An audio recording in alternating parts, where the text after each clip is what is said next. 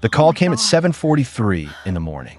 Diane Mercer was still in bed No. when her phone rang, and the No, number on the you're screen lying. was one she did not recognize. She answered anyway because she always answered unknown numbers. You never knew when an unknown number was something that mattered. Ms. Mercer? The voice on the other end was calm and professional and carried the specific tone of someone trained to deliver bad news without falling apart. This is Dr. Raymond Osei calling from Northwestern Memorial Hospital. I'm calling regarding Adrian Cross. Diane sat up immediately. What happened? Mr. Cross was involved in a vehicle collision approximately 40 minutes ago on Lakeshore Drive. He has been brought in for evaluation. He's stable, but we need his emergency contact present. You're listed as his fiancée. Yes. Yes, I'm on my way. She was dressed in 4 minutes. In her car in 6. On Lakeshore Drive in 11. Pushing the speed limit in ways she would normally never push it. Her hands tied on the wheel and her mind doing the thing minds do in emergencies, cycling through the worst possibilities and trying to find somewhere solid to stand. Adrian Cross had proposed to her 7 months ago on a Tuesday evening in his kitchen. Not in a restaurant, not with a planned speech, just the two of them after dinner, and him saying he didn't want to wait for the right moment, because every moment with her felt like the right one. She had said yes before he finished the sentence. She loved him the way you love someone when you have stopped performing and just become yourself around them. She ran 2 yellow lights getting to the hospital. What Diane did not know, what she could not have known, was that Adrian Cross was not at Northwestern Memorial Hospital. He was sitting in the back of an unmarked car parked 3 blocks away with his business partner James, watching a live feed from a tablet that showed the interior of his own home on the North Shore. He was not hurt. He was not in any hospital. He was 41 years old, entirely healthy, and doing something he was not proud of but had decided was necessary. 3 weeks ago, his mother had called him from Florida and said, in the direct way she had always spoken, Adrian, I need you to look more carefully at this woman before you marry her. Not at who she is with you, at who she is when you're not there. His mother had met Diane twice and had been pleasant both times. But she had seen something in the edges that Adrian, who was deeply in love, had not been able to see. He had resisted for 2 weeks. Then he had started thinking about his twins. Mara and Miles were 6 years old. They lived with Adrian full-time after their mother, his first wife Elena, passed away from an illness 2 years ago. They were the center of his world, quiet and perceptive children who noticed everything and said less than they noticed. He had watched them around Diane carefully. They were polite with her. Not warm, not cold, just polite in the specific way children are polite with adults they are still deciding about. He had also started noticing small things. The way Diane sometimes spoke to Rosa, his housekeeper of 8 years, with a brevity that was just 1 degree sharper than necessary. The way she occasionally referred to the twins as a handful in a tone that was light on the surface, but had something underneath it that he could not name. He told himself he was overthinking. Then he called James, who was the most honest person he knew, and James had said, if you have a question about who someone is, find out before you sign the papers. After is too late. So he had made the call. He had arranged everything carefully. The fake doctor, the hospital story, a reason to get Diane out of the house fast and stressed. Because stress, he had learned in 41 years, was when people stopped performing and started just being whoever they actually were. He watched the tablet. Diane arrived at his house at 8:22, let herself in with the key he had given her, and went straight to the kitchen where Rosa was preparing breakfast for the twins. Rosa, Diane said, did you know about the accident? Rosa turned from the stove. She was 53, small, had worked for Adrian since before the twins were born. Yes, Mr. Cross called me. He said you would be coming. He said to tell you the children are up. Where are they? In the playroom. They had breakfast already. Okay. Diane set her bag on the kitchen counter and pulled out her phone and started making calls.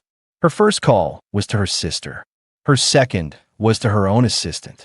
Her third was to someone Adrian did not recognize the name of. Rosa moved quietly around the kitchen, cleaning up. Diane did not look at her again. Adrian watched this on the tablet and said nothing. James, beside him, also said nothing. Then Mara came into the kitchen.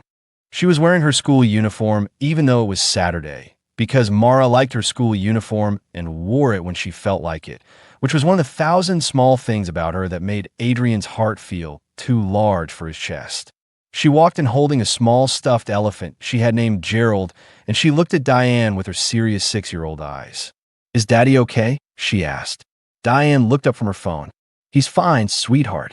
Just a small accident. Is he coming home today?" "I don't know yet. I'm trying to find out." Mara stood in the kitchen doorway for a moment, holding Gerald against her chest. "Can I come with you to the hospital?" "No, honey. You stay here with Rosa. But I want to see Daddy." "Mara." Diane's voice shifted. "Just slightly. Just enough. I said stay here. I'll tell your dad you asked about him." Mara looked at her for a moment with those eyes that saw more than a 6-year-old should. Then she turned around and went back to the playroom without another word. Adrian watched this and felt something move through him that was not quite anger and not quite sadness, but lived somewhere between both. In the car, James put his hand flat on the table, but didn't press pause. Rosa had seen the whole exchange from the stove. She turned back to the dishes and said nothing. Because Rosa had learned, in 8 years of working in this house, when to say nothing. Diane made one more call. Then she picked up her bag. "Rosa," she said, "I'm going to the hospital. Don't let the kids make a mess. Adrian has people coming for a meeting on Monday, and this place needs to be clean." Rosa kept her back to her. "Yes, ma'am. In the playroom. Make sure they don't destroy it today. I'll take care of it." Diane left. Rosa stood at the sink for a moment after the door closed. Then Miles appeared in the kitchen, Mara's twin, quieter than his sister, with his father's exact jaw and his late mother's eyes. He climbed onto a kitchen stool and watched Rosa wash dishes. "She left?" he said. "She want to check on your dad, baby. She didn't hug you us goodbye." Rosa kept washing. She was in a hurry. "She never hugs us goodbye," Miles said. Not with bitterness, just with the factual precision of a child who has been counting things quietly. Rosa dried her hands and turned around and crouched to Miles's level. "Your daddy is okay," she said. "That is the important thing right now." "Okay." Miles looked at her with those eyes. "Okay," he said. Then he slid off the stool and went back to find his sister. In the car 3 blocks away, Adrian set the tablet on the seat beside him and pressed both hands flat on his knees and looked at the window of the car and breathed. "James," he said. "I see it," James said quietly. She didn't ask Rosa how she was. She didn't ask if Rosa had been told anything about what happened. She walked into a house where the woman who takes care of her future stepchildren had just been told their father was in an accident, and she didn't acknowledge that for 1 second. No, she didn't. And Mara asked to come to the hospital, and she said no without thinking about it for even half a second. "I know," Miles told Rosa. "She never hugs them goodbye." His voice was very controlled. He said never. "Not today. Never." James was quiet. If this story is gripping you right now, hit that like button and subscribe because you're not going to want to miss how this ends. Adrian picked up his phone and called Diane. She answered on the second ring. "Adrian? Oh my God, are you okay? I'm on my way to the hospital right now." "I'm not at the hospital," he said. Silence. "What?" "I was never at the hospital. I'm Euphina. I need you to come back to the house." A longer silence. "What are you talking about?" "The doctor called me. Dr. Osei. He said, I arranged that call. There was no accident. I need you to come back to the house." The silence this time was different. Harder. "You arranged it," she said flatly. "Yes." "You faked an accident to what?" "Test me. Come back to the house. Please. I don't want to do this on the phone." She hung up. He deserved that. She arrived back at the house 14 minutes later, and she walked in with a controlled fury that was actually more honest than anything he had seen from her in months, and he recognized that and respected it even as he prepared for what was coming. Rosa had taken the twins to the backyard. The kitchen was empty. Diane stood in the center of it with her bag, still on her shoulder, and looked at him. "Start talking," she said. "I owe you an apology first," he said. "Yes, you do. Start with that and then explain." "I'm sorry for frightening you. I'm sorry for the drive here and the fear you felt and the phone calls you made. That was real and I caused it, and I am genuinely sorry." She looked at him with eyes that were simultaneously furious and listening. "Go on. I need to ask you something, and I need you to answer it honestly." "Can you do that?" Ask. When you came in this morning and Rosa was at the stove, you knew she had just been told I was in an accident. Did you ask her how she was doing with that information? Diane's expression shifted. Something moved behind her eyes. She's the housekeeper, Adrian. She's been in this house for 8 years. She was here when my wife died. She held Mara for 3 hours after the funeral because Mara wouldn't let anyone else hold her. She's not just the housekeeper. Diane was quiet, and Mara asked to come to the hospital to see me. You said no without thinking about it. She's 6. Her dad was supposedly in an accident. Did you think about what she was feeling for even 1 second? I was stressed. I was trying to handle the situation. I know you were stressed. I put you in that situation, and I'm sorry. But stressed is when we find out who we actually are. That's the whole point. He sat down at the kitchen table. Miles told Rosa this morning that you never hugged him goodbye. Never. His word. Diane set her bag on the counter.